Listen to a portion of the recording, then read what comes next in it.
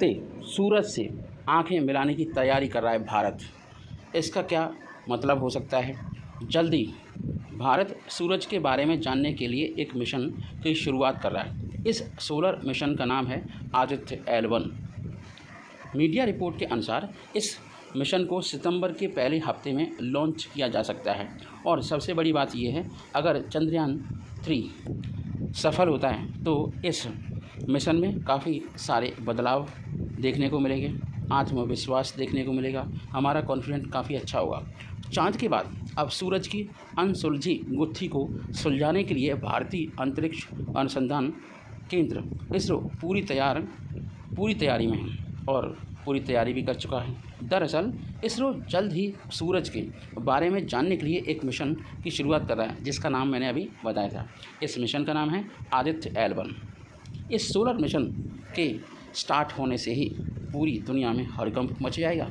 जल्द ही अंतरिक्ष में आदित्य L1 नाम की ऑब्जर्वेटरी को भेजा जाएगा। ऑब्जर्वेटरी लॉन्च कब किया जाएगा, इसकी तारीख को अभी फ़िलहाल तो नहीं बताया गया है, क्योंकि सारी समस्या की जड़ चंद्रयान 3 है। अगर ये सक्सेसफुल हो जाता है तो बहुत अच्छी बात होगी। अब चंद्रयान 3 में काफ़ी सारी चीज़ें हो रही हैं, फेरबदल हो रहे हैं और हो सकता है कि डिले हो और 27 को, ठीक है, दुर्घटना से देर भले, ऐसे कह सकते हैं। लेकिन न्यूज एजेंसी PTI ने इसरो के एक अधिकारी के हवाले से बताया कि इस मिशन को सितंबर के पहले हफ्ते में लॉन्च किया जा सकता है। आदित्य L1 स्पेस क्राफ्ट को आंध्र प्रदेश के श्रीहरिकोटा में सतीश धवन स्पेस सेंटर से लॉन्च किया जाएगा। क्या है आदित्य L1? आपको बता दें कि आदित्य L1 सूर्य और सूरज के रहस्यों को अध्ययन करने वाला भारत का महत्वाकांक्षी पहला मिशन होगा। ये स्पेसक्राफ्ट लॉन्च किए जाने के पूरे 4 महीने बाद सूरज पृथ्वी के सिस्टम में लैग्रेंज पॉइंट L1, इसलिए इसका नाम L1 रखा गया है, लैग्रेंज पॉइंट तक पहुंचेगा, जो कि धरती से 15 लाख किलोमीटर दूर है। लैग्रेंज पॉइंट L1 के चारों ओर एक हॉलो ऑर्बिट में होने के कारण इस पॉइंट पर सूरज के ग्रहण का असर नहीं होता। मतलब ये हुआ कि 24 आवर ये मिशन सूरज को अच्छे से ऑब्जर्व करेगा, जिसके कारण वहाँ पर आसानी से शोध किया जा सकेगा। मतलब शोध इसलिए किया जाएगा क्योंकि इससे काफ़ी सारी चीज़ें मिलेंगी देखने को। लैग्रेंज पॉइंट अंतरिक्ष के उस जगह को कहा जाता है जहाँ किसी ऑब्जेक्ट को रखा जाए तो वहाँ से वह किसी जगह नहीं जा सकता, मतलब किसी पर्टिकुलर पॉइंट को। इस पॉइंट पर 2 बड़ी चीज़ों के बीच उतना ही गुरुत्वाकर्षण हो पाता है जितना उन दोनों चीज़ों के बीच मौजूद ऑब्जेक्ट्स को हिलाया डुलाया जा सके। इसके लिए भी आप यहाँ पर अपकेंद्री बल की ज़रूरत होती है, सेंट्रीफ्यूगल फोर्स कह सकते हैं। इसरो के एक ट्वीट के अनुसार आदित्य L1 फिलहाल आंध्र प्रदेश के श्रीहरिकोटा स्पेस पोर्ट पहुंच चुका है। आदित्य L1 को इसरो के UR राव सैटेलाइट सेंटर में बनाया गया है और इसकी लॉन्चिंग सितंबर के पहले हफ्ते में की जा सकती है। इस मिशन में स्पेस क्राफ्ट अंतरिक्ष में 7 पेलोड लेकर जाएगा, जो इलेक्ट्रोमैग्नेट पार्टिकल और मैग्नेटिक फील्ड डिटेक्टर की मदद से फोटोस्फीयर, क्रोमोस्फीयर और सूरज की बाहरी परतों की स्टडी करेगी। लैग्रेंज पॉइंट यानी L1 से 4 पेलोड सीधे सूरज को देखेंगे और 3 वहीं पर रुककर पार्टिकल्स और फील्ड पर रिसर्च करेंगे।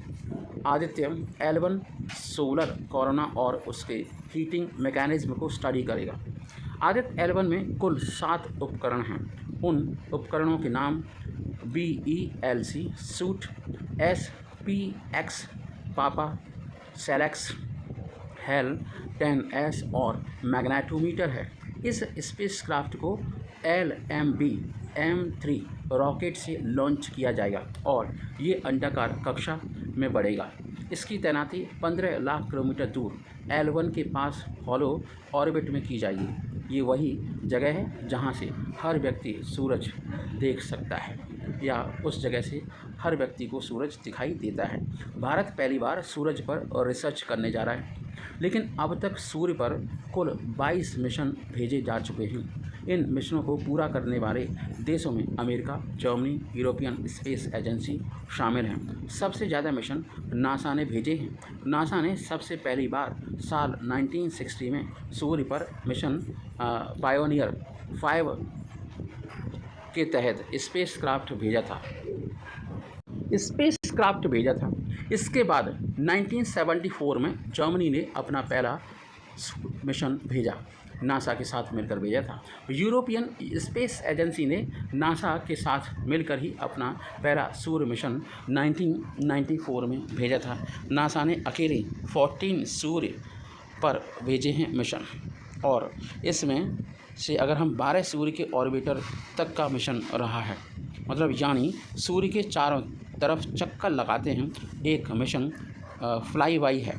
नासा के पार्कर सोलर प्रोब नाम के एक व्यक्ति ने सूर्य के आसपास से 26 बार उड़ान भरी है। मतलब नासा ने साल 2001 में जेनेसिस मिशन लॉन्च किया था। इसका मकसद था सूर्य के चारों तरफ चक्कर लगाते हुए सौर हवाओं का सैंपल लेना। क्या है इसरो?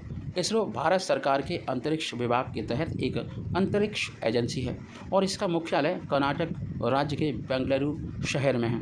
इसरो का लक्ष्य अंतरिक्ष विज्ञान अनुसंधान और ग्रहों की खोज को आगे बढ़ाना और राष्ट्रीय विकास के लिए अंतरिक्ष प्रौद्योगिकी को बढ़ावा देना है। इस एजेंसी की स्थापना 1960 में भारतीय अंतरिक्ष कार्यक्रम के संस्थापक डॉक्टर विक्रम साराभाई ने की थी। उस वक्त भारत में पहली बार किसी अंतरिक्ष अनुसंधान गतिविधियों की शुरुआत की गई थी। 1 महीने पहले ही चांद के और करीब पहुंचा है चंद्रयान 3 और आज होने वाली है लैंडिंग। आज 23 अगस्त है। अभी 1 महीने पहले ही यानी 14 जुलाई को इसरो ने श्रीहरिकोटा से चंद्रयान लॉन्च भी किया था और लॉन्च के 1 महीने बाद यानी 14 अगस्त को जानकारी मिली कि चंद्रयान 3 चांद के और करीब पहुंच गया है। लॉन्चिंग के 1 महीने बाद सोमवार 14 अगस्त को चंद्रयान 3 की चांद के चौथे ऑर्बिट में एंट्री हो चुकी है और 150 किलोमीटर बाई 177 किलोमीटर बारी कक्षा में चक्कर लगा रहा है। इसरो ने भी ट्विटर पर इस संबंध में एक पोस्ट किया था। आपको बताएं, इसरो ने ट्वीट में लिखा, चंद्रयान 3 ने कक्षा घटाए जाने का एक और चरण सफलतापूर्वक पूरा कर चुका है। चंद्रमा की निकटवर्ती कक्षा में पहुंचा। भारत बन जाएगा चौथा देश। चंद्रयान 3 मिशन के 3 महत्वपूर्ण सीक्वेंस हैं। पहला हिस्सा धरती पर केंद्रित है, दूसरा चांद के रास्ते और तीसरा चांद पर पहुंचना। इन तीनों स्टेज के पूरा होते ही लैंडर propulsion मॉड्यूल से अलग हो चुका है और इसके बाद लैंडर चांद की सतह पर उतरने की प्रक्रिया शुरू करेगा, जो आज 5:30 बजे के आसपास शुरू होगी। अगर भारत इसमें कामयाब हो जाता है तो रूस, अमेरिका और चीन के बाद दुनिया का चौथा देश बन जाएगा। लैंडिंग करने की जगह आने वाले दिनों में तय की जाएगी और तय हो चुकी है। ये है साउथ पोल के पास। इसरो का एक और ख़ास प्रोग्राम है, वो भी आपको बता दें। इसरो की ओर से जल्द ही भारत के space shuttle reusable launch vehicle RLV-TD का लैंडिंग प्रयोग किया जाएगा। इसरो अध्यक्ष सोमनाथ ने इस प्रयोग की तारीख 28 जनवरी बताई है। देखते हैं, इस स्पेस शटल को भविष्य में अंतरिक्ष में सैटेलाइट भेजने के लिए तैयार किया जा रहा है। यह ऐसा यान होगा जो सामरिक दृष्टि से भी भारत के लिए बहुत ही ज़्यादा उपयोगी और इफ़ेक्टिव और उत्साह से भरा होगा। इससे कुछ मेंटेन करके दोबारा से अंतरिक्ष मिशन में फिर लॉन्च किया जा सकेगा। तो ये फ़ायदे हो गए। जय हिंद। आपको बताएं कि अगर चांद न होता तो धरती कैसे टिकी होती, क्योंकि हर साल चंद्रमा धरती से 3.8 सेंटीमीटर दूर खिसक रहा है। चंद्रमा की हर रोचक जानकारी इस वीडियो के माध्यम से बताने वाला हूँ। भारत का चंद्रयान 3 चांद के साउथ पोल पर सॉफ्ट लैंडिंग कर चुका है। धरती के बाहर चांद इकलौता ऐसा खगोलीय पिंड है, नेचुरल सैटेलाइट है, जहां इंसान पहुंच चुका है। अब तक 100 से ज़्यादा अंतरिक्ष यान चांद पर भेजे जा चुके हैं। 24 इंसानों ने चांद की सैर की है। इनमें से 12 लोग तो इसकी सतह पर भी चले हैं। चाँद से अब तक 382 किलो मिट्टी और पत्थर धरती पर एक्सपेरिमेंट के लिए, रिसर्च के लिए लाए जा चुके हैं। चाँद के बारे में अब तक जो भी प्रमुख और रोचक बातें पता चली हैं वो बहुत ही आनंदपूर्ण वाली हैं और काफ़ी रहस्यमयी जानकारियां हैं। और इस जानकारी से आपको बता दें कि ये ऐसी जानकारियां हैं जिनके बारे में केवल और केवल कुछ लोगों को ही पता होगा। जैसे आपको बताएं कि चाँद कैसे बना। इस सवाल का जवाब जानने के लिए 60 के दशक में दुनिया भर में कोशिशें तेज हो गई थी। 1967 में चाँद को जानने के लिए नासा ने अपोलो मिशन शुरू किया था। अंतरिक्ष यात्री चाँद से चट्टान के टुकड़े धरती पर लाने में सक्सेसफुल हुए। रिसर्च में पता चला कि 450 करोड़ साल पहले पृथ्वी और थिया ग्रह के बीच टक्कर से चाँद बना। टक्कर से इतनी गर्मी पैदा हो गई कि पत्थर पिघल गया। इससे गर्म गैसें और भारी मलबा भी निकला। गैस और मलबा अंतरिक्ष में उड़ते हुए धरती के चारों ओर चक्कर लगाने लगा। माना जाता है कि इससे डिस्क जैसी आकृति बनी और यही आज हमारा चाँद है। नासा की इस रिसर्च से पहले चाँद के बनने को लेकर अलग अलग थ्योरी थी। कैप्चर थ्योरी क्या है? चाँद सोलर सिस्टम में घूमने वाला एक तारा था। एक दिन वह धरती के पास से गुजरा और गुरुत्वाकर्षण ने उसे अपनी तरफ खींच लिया। अकेशियन हाइपोथीसिस क्या है? अकेशियन हाइपोथीसिस पृथ्वी के बनने के साथ ही चाँद भी बन गया था। फ्यूजन थ्योरी पृथ्वी जब अपने अक्ष पर घूमती है तो उससे कई तरह के मटेरियल अलग होते हैं। इससे मिलकर चाँद बना और वह पृथ्वी का चक्कर लगाने लगा।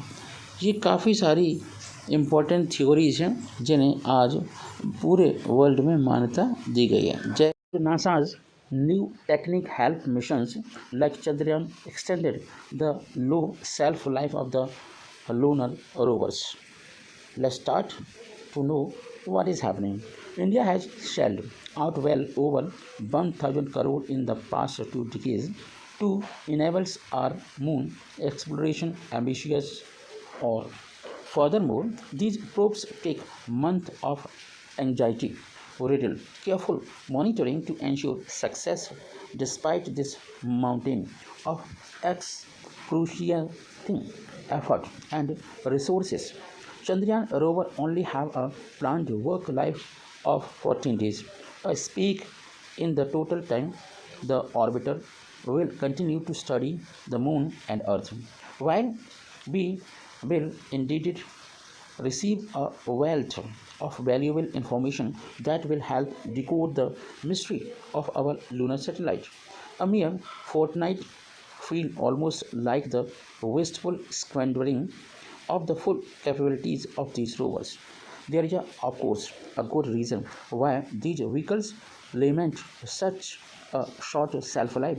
Even the longest living rovers have only survived travel of barely 40 kilometers only. No doubt in a part of harsh and unforgiving lunar environment. A major reason is the fact that the moon has a 29 days rotation, meaning after a 14-day continuous work week, the rovers need to wear a 14-day night in a world where temperature could dip to dangerous minus 233 degrees Celsius. This incredible stress aside any faults in the typically solar powered machinery could means and inability to reach sunlight recharge area on time, and that's another rover down the drain. The problem is that these missions are very deterministic and rely on perfect calculations and conditions when designing how the rover would explore and react to the lunar environment in order to account for the chaos that may reason in these worlds. NASA has a neat trick to store. A team of NASA researchers have devised a new approach for solar powered rovers to be more safe, hence extending the shelf life of these vehicles. Chandrayaan first discovery of water ice on the moon South Pole re interest in lunar exploration. However, many parts of the terrain in this region are constantly in the shade, means no light. Aptly named Permanently Shadowed Region (PSR), which pose a real threat to our solar powered rovers. And diversely, these PSRs are also a region most suspected of containing water ice, which scientists are thirsty to explore. As one can imagine, entering a PSR with a solar powered rover is a risky endeavor. Why? If the rover is delayed by faults, it may not be able to make it back to sunlight before running out of energy. Explain Olivier Lemray, the study author to Physics All. This means that rovers absolutely cannot reach a recharge spot because even ahead of time, since the combination of low battery and fatal darkness could result in US losing control over the teak forever. Thus, we need to define what safe conditions represent to a rover. To do this, we pay attention to where the rover exists, a PSR at what time, and with how much energy is left in its batteries. This gives an indication of whether the rover can hibernate in a place before the next leg of its mission. Let me explain that. Then we capture an online transverse planning method that the rover can follow from any starting state. Assessing such a risk helped create algorithm for safer paths that the rovers could take during their exploration, even if these ended up taking longer than usual. This could be significantly mitigate the risk of losing solar powered rover in shadow region. The team believes. The researchers also think that this method could eventually be applied to real world lunar manned mission as well when human operator begins to teach through its south pole.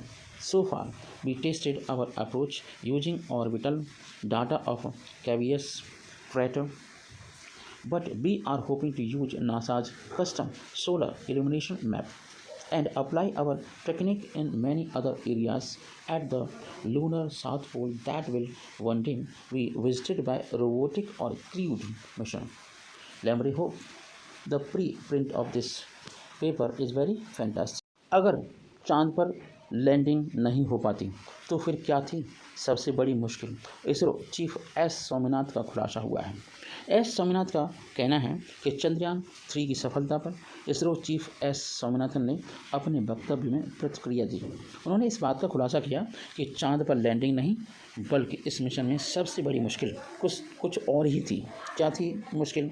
Chandrayaan 3 ने 23 अगस्त की शाम 6:04 पर चंद्रमा के दक्षिणी ध्रुव पर सफलतापूर्वक soft landing कर ली है।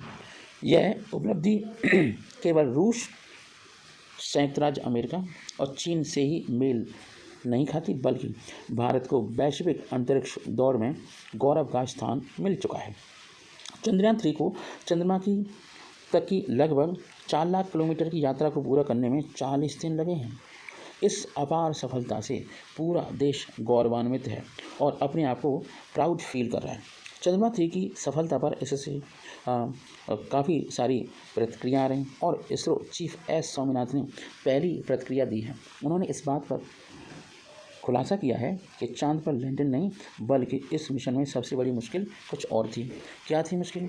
जैसे जैसे चंद्रमा 3 के विक्रम लैंडर की लैंडिंग का समय नज़दीक आ रहा था, बेंगलुरु के पास भारतीय अंतरिक्ष अनुसंधान संगठन इसरो के कंट्रोल रूम का माहौल गर्माता जा रहा था। जैसे ही विक्रम ने चांद पर कदम रखा, पूरा देश खुशी से झूम उठा। इस मौके पर प्रधानमंत्री नरेंद्र मोदी ने भी खुशी जाहिर की। जोहान्सबर्ग से ब्रिक्स सम्मेलन में हिस्सा लेने पहुंचे मोदी ने वीडियो संदेश में देशवासियों को बधाई दी। उन्होंने कहा कि भारत ने इतिहास रच लिया है। इसके पीछे इसरो की टीम को शुक्रिया भी कहा। चंद्रयान 3 के सफलतापूर्वक चांद पर उतरने के तुरंत बाद प्रसन्न मुद्रा में इसरो अध्यक्ष एस स्वामीनाथन ने मीडिया को संबोधित किया। उन्होंने अपनी टिप्पणी की शुरुआत विजयी नारे के साथ की। कहा कि भारत अब चंद्रमा पर है। जब स्वामीनाथन से पूछा गया कि उनकी राय में चंद्रमा 3 की यात्रा में सबसे महत्वपूर्ण और मुश्किल क्षण कौन से थे, जानिए इसका उनका जवाब। इसरो चीफ सोमनाथ ने कहा कि मिशन का सबसे कठिन हिस्सा लॉन्चिंग ही थी।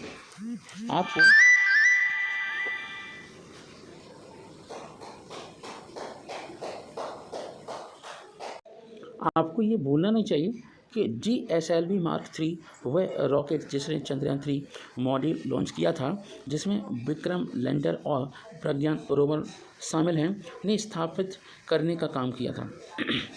इसी अंतरिक्ष यान ने विक्रम और प्रज्ञान रोवर को चांद की सतह की कक्षा में पहुंचाने में मदद की थी।